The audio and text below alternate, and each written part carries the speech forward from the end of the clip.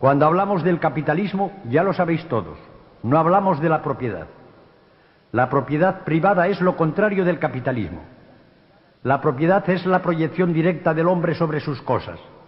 Es un atributo elemental humano.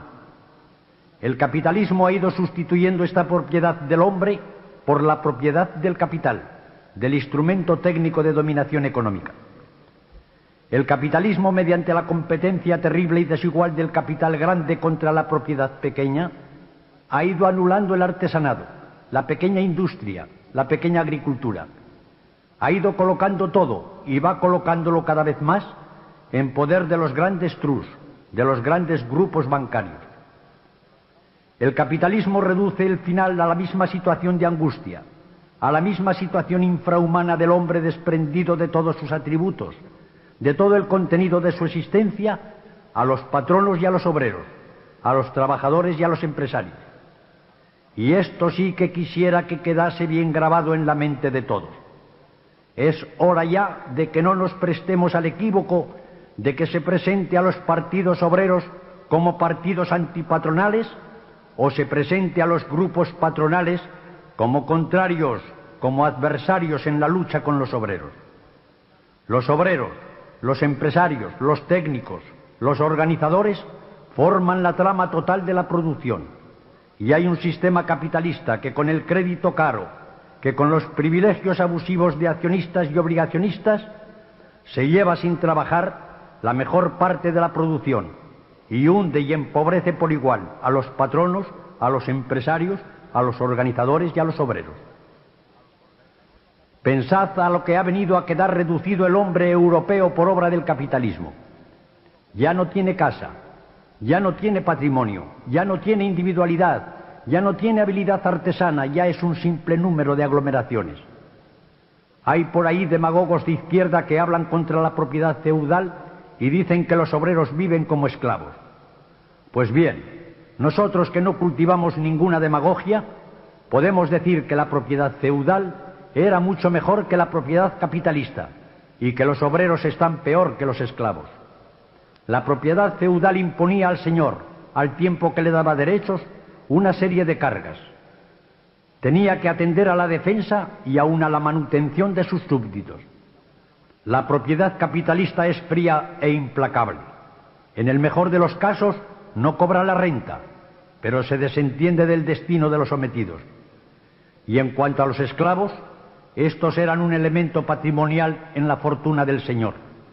El señor tenía que cuidar de que el esclavo no se muriese, porque el esclavo le costaba el dinero como una máquina, como un caballo, mientras que ahora se muere un obrero, y saben los grandes señores de la industria capitalista que tienen cientos de miles de famélicos esperando a la puerta para sustituirle. Una figura, en parte torva y en parte atrayente, la figura de Carlos Marx, vaticinó todo este espectáculo a que estamos asistiendo de la crisis del capitalismo. Ahora todos nos hablan por ahí de si son marxistas o si son antimarxistas. Yo os pregunto, con ese rigor de examen de conciencia que estoy comunicando a mis palabras, ¿qué quiere decir el ser antimarxista? ¿Quiere decir que no apetece el cumplimiento de las previsiones de Marx? Entonces estamos todos de acuerdo. ¿Quiere decir que se equivocó Marx en sus previsiones? Entonces los que se equivocan son los que le achacan ese error. Las previsiones de Marx se vienen cumpliendo más o menos deprisa, pero implacablemente.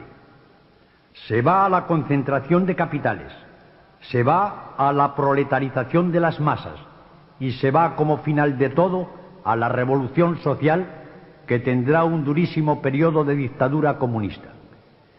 Y esta dictadura comunista tiene que horrorizarnos a nosotros, europeos, occidentales, cristianos, porque esta sí que es la terrible negación del hombre. Esto sí que es la asunción del hombre en una inmensa masa amorfa donde se pierde la individualidad, donde se diluye la vestidura corpórea de cada alma individual y eterna. Notad bien que por eso somos antimarxistas. Que somos antimarxistas porque nos horroriza, como horroriza a todo occidental, a todo cristiano a todo europeo, patrono o proletario, esto de ser como un animal inferior en un hormiguero. Y nos horroriza porque sabemos algo de ello por el capitalismo. También el capitalismo es internacional y materialista. Por eso no queremos ni lo uno ni lo otro. Por eso queremos evitar, porque creemos en su aserto, el cumplimiento de las profecías de Carlos Marx. Pero lo queremos resueltamente. No lo queremos como esos partidos antimarxistas que andan por ahí y creen que el cumplimiento inexorable de unas leyes económicas e históricas se atenúa diciendo a los obreros unas buenas palabras y mandándoles unos abriguitos de punto para sus niños. Si se tiene la seria voluntad de impedir que lleguen los resultados previstos en el vaticinio marxista, no hay más remedio que desmontar el armatoste cuyo funcionamiento lleva implacablemente a esas consecuencias. Desmontar el armatoste capitalista que conduce a la revolución social, a la dictadura rusa. Desmontarlo, pero ¿para sustituirlo con qué? Mañana, pasado, dentro de 100 años, nos seguirán diciendo los idiotas: queréis desmontarlo para sustituirlo por otro estado absorbente, anulador de la individualidad.